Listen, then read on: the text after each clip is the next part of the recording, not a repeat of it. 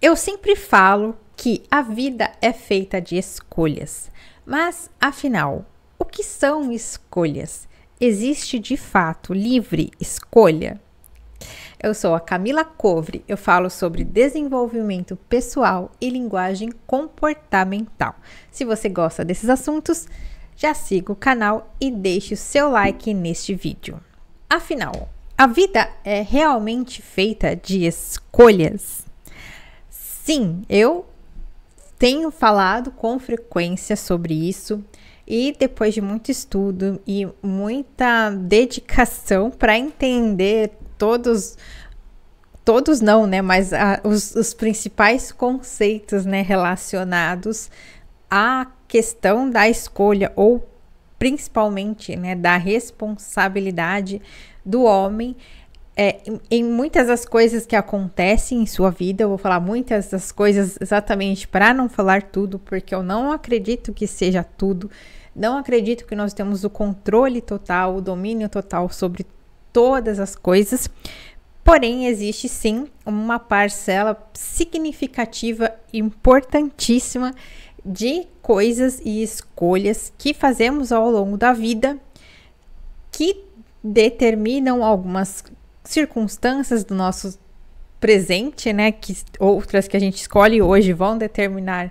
o futuro, algumas das quais nós vivemos hoje foram determinadas por escolhas do passado, determinadas ou consequências, né, viraram consequências de escolhas que nós fizemos no passado, e tudo isso tem uma riqueza de evidências muito grande, porém existe ali uma questão que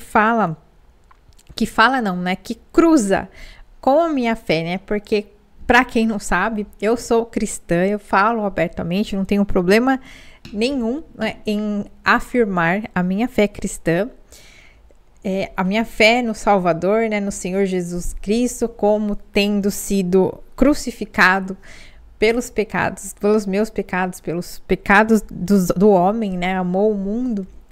Então, eu acredito que ele morreu na cruz, que ele ressuscitou o terceiro dia.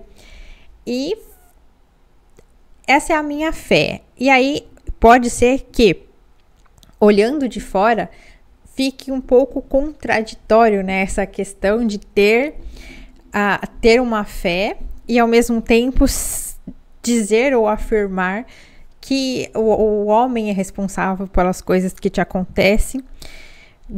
Porque realmente, olhando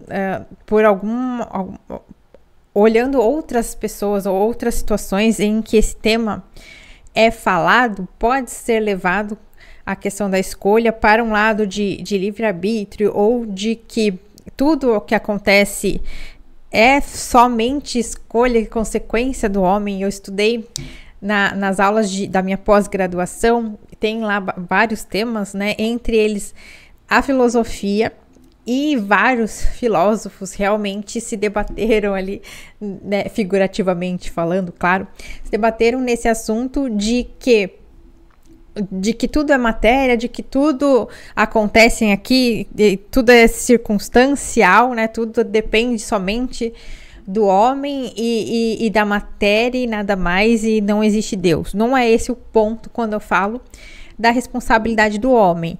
Eu até escrevi um livro, né, Seja Autor da Sua História, em que eu já abordo ali um princípio desse assunto que eu tô falando neste vídeo, sobre autorresponsabilidade, né? Quando eu falo em ser autor, não implica que o homem é o criador de si mesmo e que tudo está restrito nele, né? Tudo acaba nele e nas decisões, e nas escolhas e nas ações dele. Porém, existe o objetivo, né, do livro foi um pouco falar sobre a questão da autorresponsabilidade mesmo, de pegar aquilo que te cabe e sair da posição de vítima do mundo, da vítima do universo, vítima das pessoas, mesmo que tenha sido de fato, e ser responsável por si mesmo, pegar aquilo que te cabe, e dentro daquilo que te cabe, dentro desse universo, né, dentro desse planeta que nos cabe, que nos acolhe, e viver, né, daquilo que é nossa responsabilidade do dia a dia, a gente pegue para nós e viva, né, ao invés de somente ficar olhando para trás, ou olhando para os outros e culpando os outros. Então, o principal, quando eu falo que a vida é feita de escolhas, é assumir as responsabilidades daquilo que acontece. Não importa se o que aconteceu teve influência de outras pessoas, ou teve responsabilidade, ou mesmo culpa de outras pessoas, chega um determinado momento dos acontecimentos em que, ok, as pessoas tiveram participação, e daí? E o que eu posso fazer a partir dali? Em alguns casos extremos, nós podemos acionar a justiça contra essa pessoa, ou podemos acionar, sei lá, algum órgão mediador entre nós. Fora isso, ficar só lembrando e rememorando e olhando o que fizeram contra nós não vai mudar absolutamente nada.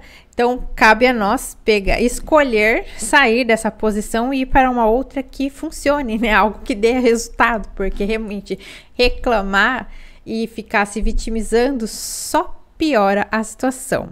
Por outro lado, os controladores de plantão vão querer essa ideia de que nós temos pleno controle. Ela é sedutora, principalmente para quem tem muito dos traços de caráter controladores, exatamente para que a gente... Nós temos um problema, né? Eu falo nós porque eu também tenho muito dos traços controladores. E a nossa questão é, nós queremos sempre ter o máximo de insumos possíveis, o máximo de controle mesmo, o máximo de informação possível para que a gente consiga dar conta sozinhos. E isso não é de todo ruim, é melhor até, não digo melhor, né? Para mim, para o meu contexto, é melhor eu estar munida de autonomia e de informação, o máximo de informações possível para eu conseguir dar conta. Porém, chega uma hora que esse comportamento ele vai cansar, nós ficamos naquele vício de sempre querer resolver com nossas próprias forças, com o nosso próprio entendimento, com o nosso próprio conhecimento, com nossos próprios meios, ou os meios que nós já conhecemos e que são racionais, que são palpáveis ou que são científicos, enfim, humanos, estritamente humanos. Só que chega uma hora que cansa, na verdade cansa bastante, só que nós temos uma tolerância, né? Uma tolerância exatamente porque nós estamos acomodados a viver dessa forma, querendo resolver tudo e buscando tudo por meios naturais, meios humanos. Todos nós temos três partes, né? Nós somos corpo, mente e espírito, ou colocando na ordem, né? Nós somos espírito, mente e corpo. E não é raro que nós ignoramos essa trinca e cuidamos só de um ou só de outro, ou só do corpo, ou muitas vezes só da mente, né? Nós olhamos principalmente, talvez hoje, nós temos aqui hoje um cenário em que muitas pessoas realmente aprendem minimamente a cuidar da sua mente, porém nem sempre elas cuidam na mesma proporção do corpo, ou que inclui ali a alimentação, a atividade física, o lazer, o descanso, sim, principalmente, né, o descanso. Então, muitas coisas são negligenciadas e a espiritual piorou, né? A espiritual piorou mesmo em terrenos religiosos. Hoje nós vemos muitas atividades, muito entretenimento, e aí o descanso, a pausa, o relaxamento, ou mesmo o estudo, um direcionamento mais, como que eu posso dizer, um pouco mais sério, né? Um pouco mais profundo, acaba ficando de lado em meio a muitas atividades e muito movimento e muito controle, né? Do que está sendo feito, do que está dentro ali da nossa rotina.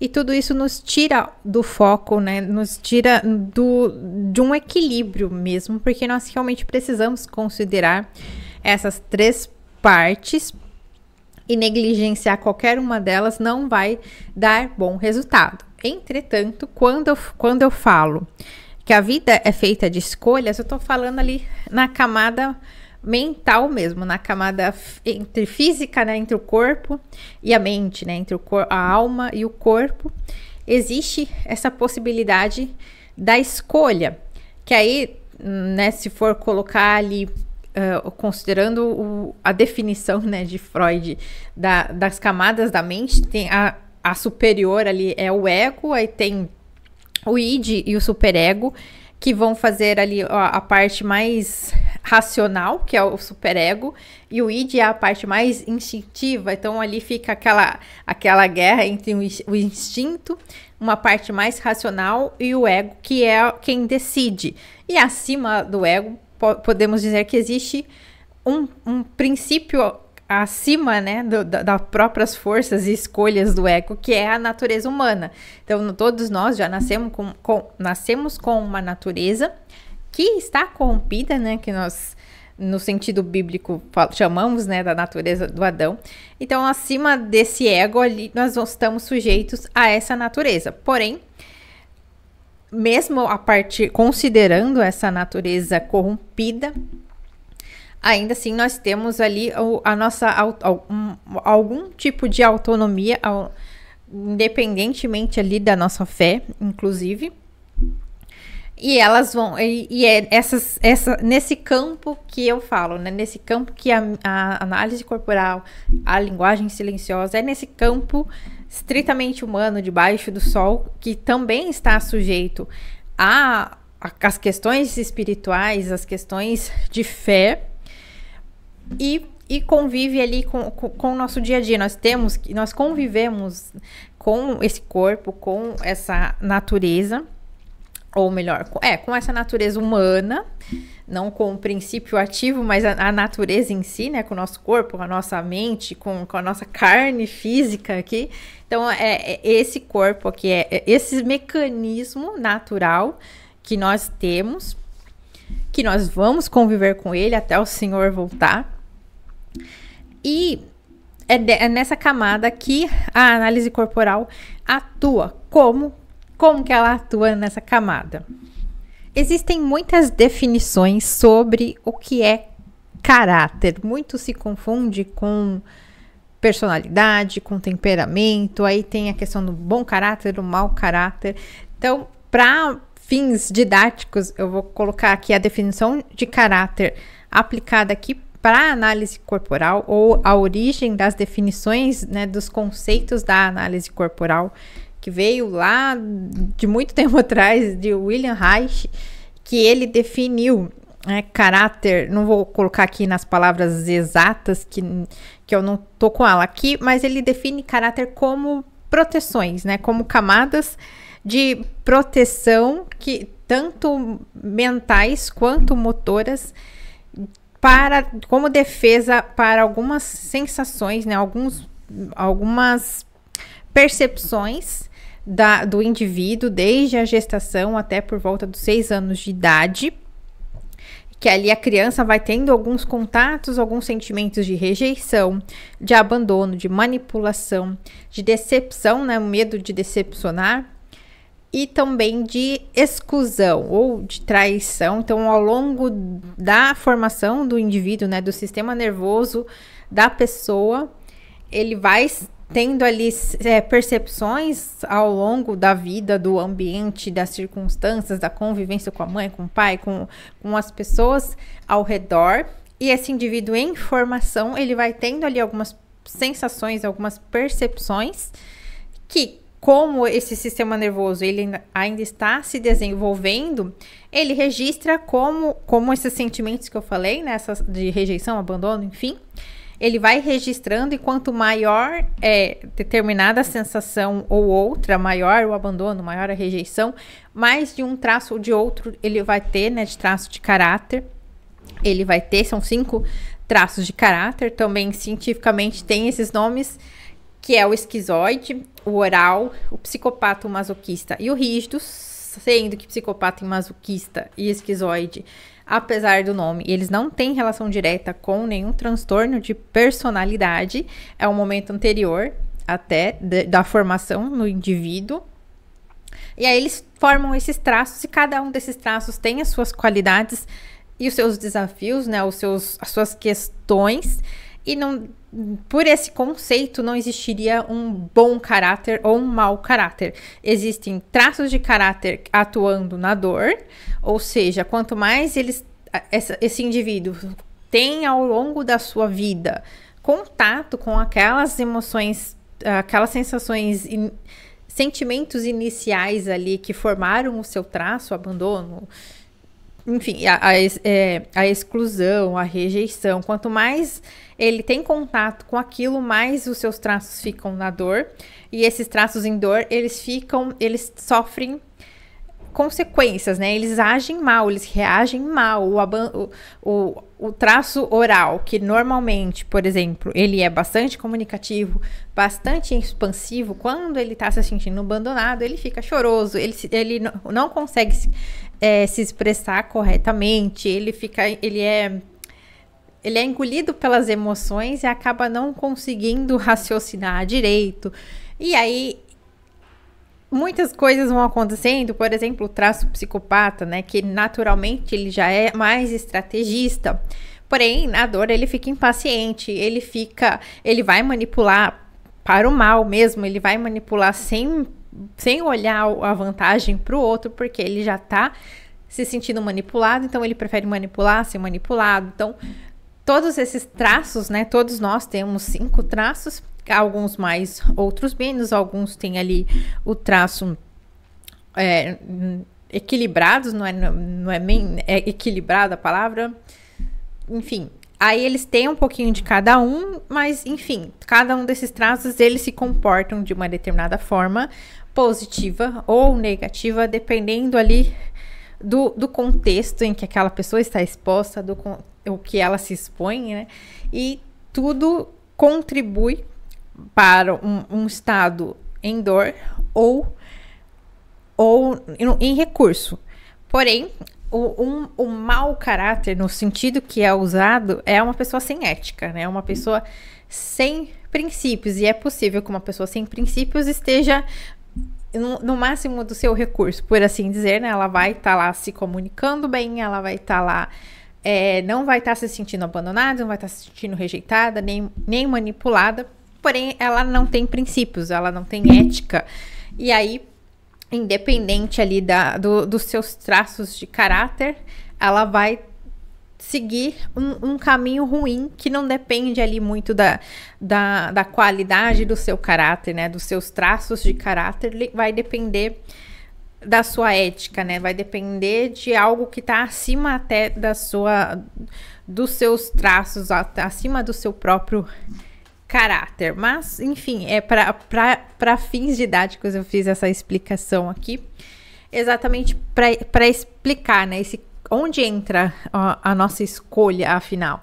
Claro que a análise corporal, ela tem um campo de atuação, não diria restrito, mas ela não se propõe a ir além de questões circunstanciais, né, daquelas questões que nos impactam aqui no dia a dia, né, que vão ter alguns fatores, algumas situações em que nós podemos dizer que são existenciais, né, que é aquelas que têm umas raízes mais profundas, que remetem lá à infância, ou questões de traumas mais profundos, ou mesmo as questões de doenças mentais mesmo, não só questões emocionais, mas doenças mentais que são mais profundas, que são alçadas de outro tipo de acompanhamento, outro tipo de tratamento, que a própria análise corporal não se propõe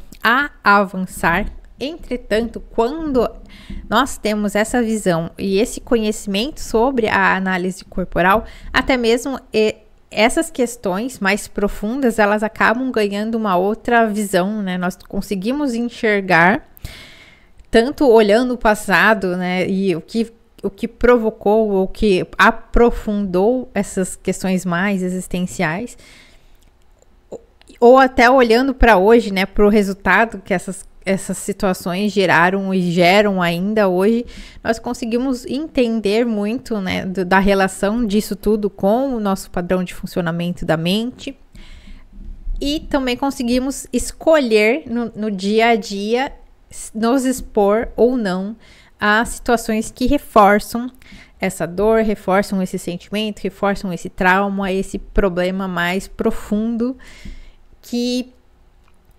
tratando isso, né, e olhando isso para essas circunstâncias, acaba que o problema, né, a causa raiz, né, a causa mais profunda acaba não gerando mais tanto dano assim, porque ali no dia a dia a gente já aprende a não se expor mais a isso, ou não ficar acomodado, essa é a palavra, né, não ficar acomodado em ser vítima de si mesmo, né? Em ser vítima da circunstância, vítima dos nossos, da dor dos nossos traços, ou vítima da dor dos traços alheios, vítima da opinião dos outros, vítima de uma série de coisas que eu falo sempre, tenho falado, né, sempre, do problema do vitimismo. Eu sou uma recém-curada, uma recém-curada do vitimismo, então eu vou militar. Eu não gosto muito dessa palavra, mas eu vou tentar chamar o máximo de pessoas possível para fora desse universo do vitimismo, porque realmente atrasou infinitamente muito a minha vida. E é atraso de vida em cima de atraso de vida, então realmente não vale a pena. Não vale a pena. É claro que o principal, o vitimista é o último a perceber que é o vitimista, que tá nesse vitimismo, porque para ele tá acostumado, né, a ficar lambendo as próprias feridas, a ficar olhando para a própria dor e apontando para os outros, né, mostrando para terceiros aquilo que outra pessoa fez para ele, ou que, olha, como ele sofre por causa de algo que alguém fez por ele. E o pior é que realmente alguém fez algo por ele, para ele ou contra ele, mas e daí, né? Chega uma hora que esse fato, né, de alguém ter sido vítima, ser vítima de fato, não vai mudar nada. Ficar contando para os outros também não. E é atraso de vida. E a análise corporal, ela dá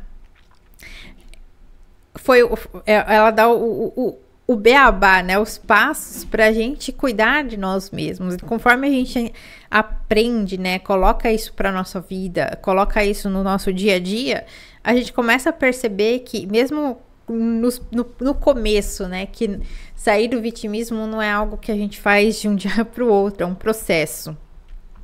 E mesmo quando a gente ainda teima em perseverar na posição vitimista, quando a gente entende como nossos traços funcionam, a gente percebe que tem algumas situações que a gente está se colocando de propósito, né? Ou está se colocando, como que eu posso, num ambiente que não é favorável, está arrastando relações que não estão funcionando sem querer resolver.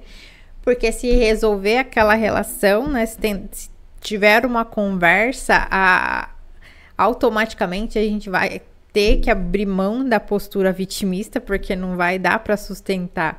Ou você vai para um caminho que resolve os seus problemas, ou que ameniza, né, as suas dores e evita o contato com as dores dos seus traços, ou você fica ali se lamentando porque ninguém me ama, ninguém me quer, e olha, coitadinho de mim.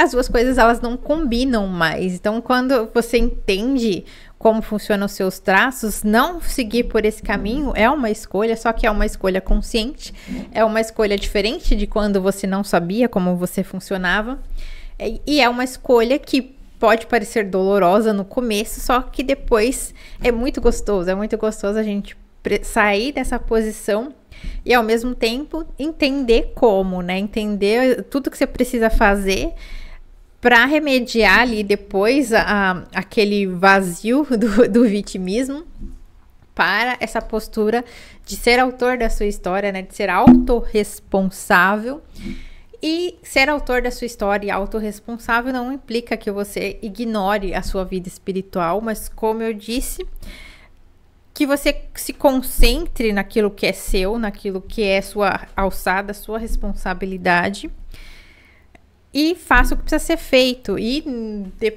depois não, né? Durante esse processo, né, de autorresponsabilização, você também pode continuar e até ampliar o seu exercício, né, espiritual, a sua leitura da palavra de Deus, da Bíblia, as suas orações. Você vai até sabendo, né, dos padrões da sua mente, você vai conseguir saber se você é uma pessoa mais agitada, se você precisa provocar ali alguma dinâmica, algum ambiente diferenciado para você conseguir se concentrar no seu exercício espiritual, na sua leitura, enfim.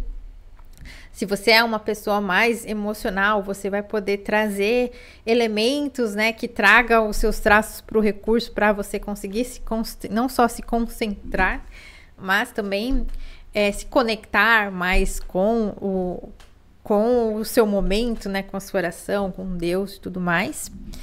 E, enfim, se você é mais organizado, você vai conseguir trazer também para essa sua rotina mais organização. Enfim, você vai entender como você funciona, vai parar de jogar contra você, vai tirar os jogadores que jogam contra você de campo na medida do possível, na medida do tempo necessário, né? Claro, não é sobre sair brigando com todo mundo, rompendo relações, saindo emprego, não é sobre isso, mas a vida é feita de escolhas. Pode ser que, conhecendo como você funciona, você tenha que fazer escolhas mais difíceis, como sair de um emprego.